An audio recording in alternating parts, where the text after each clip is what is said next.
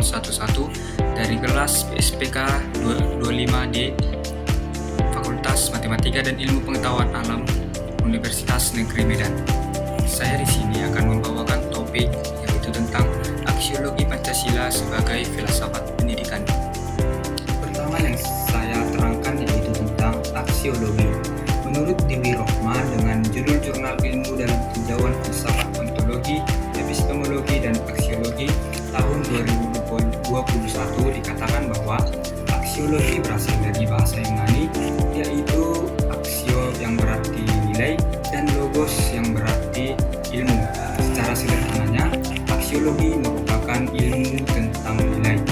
Karena aksiologi merupakan ilmu tentang nilai, maka nilai ini berhubungan dengan baik atau buruk, pantas atau tidak pantas, layak atau tidak layaknya suatu perbuatan manusia. Yang kedua, aksiologi Pancasila.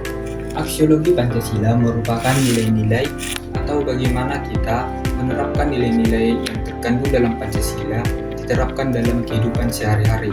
Contohnya, pada sila pertama Pancasila, ketuhanan Yang Maha Esa, kita dapat menerapkan nilai-nilai yang terkandung dalam ini seperti rajin beribadah, berdoa, dan lain sebagainya. Kita semua tahu bahwa Pancasila memiliki 5 sila.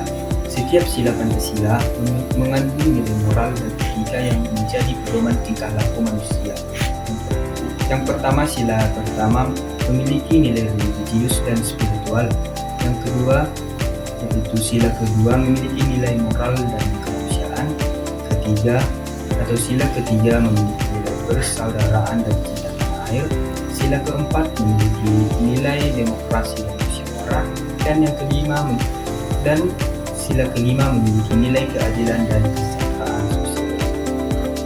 Yang ketiga yaitu aksiologi Pancasila sebagai filsafat pendidikan.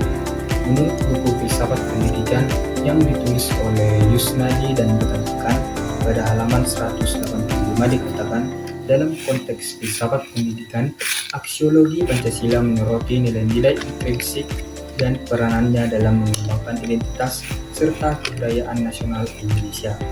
Pancasila yang merupakan pedoman normatif sekaligus alat kritis memainkan peran penting dalam membentuk pemahaman mendalam terhadap etika dan nilai, serta mengembangkan kemampuan untuk mengkritik dan menilai ideologi lain, baik di tingkat lokal maupun global. Atau secara sederhananya, aksiologi Pancasila sebagai filsafat pendidikan adalah kajian tentang nilai-nilai Pancasila yang menjadi dasar, arah, dan tujuan dalam penyelenggaraan pendidikan di Indonesia.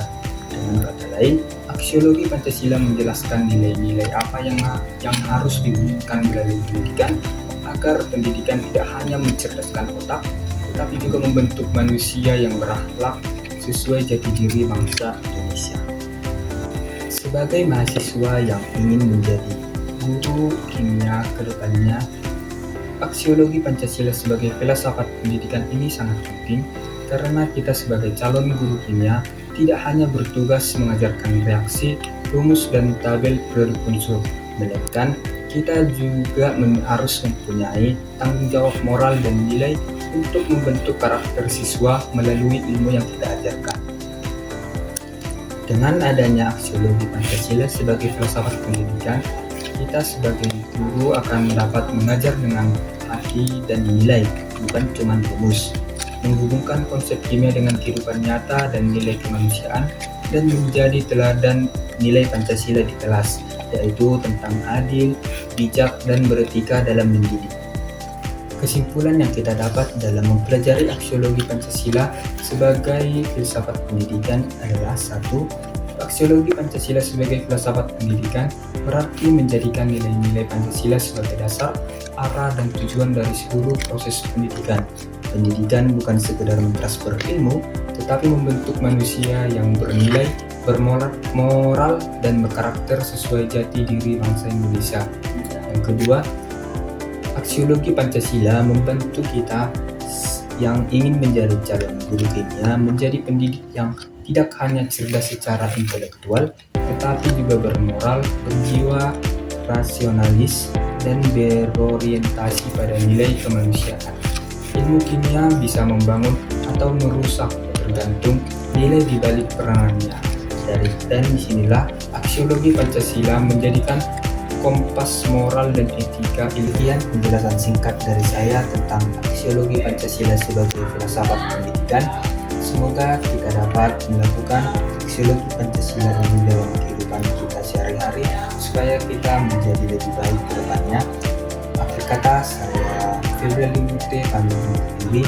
Terima kasih dan tetap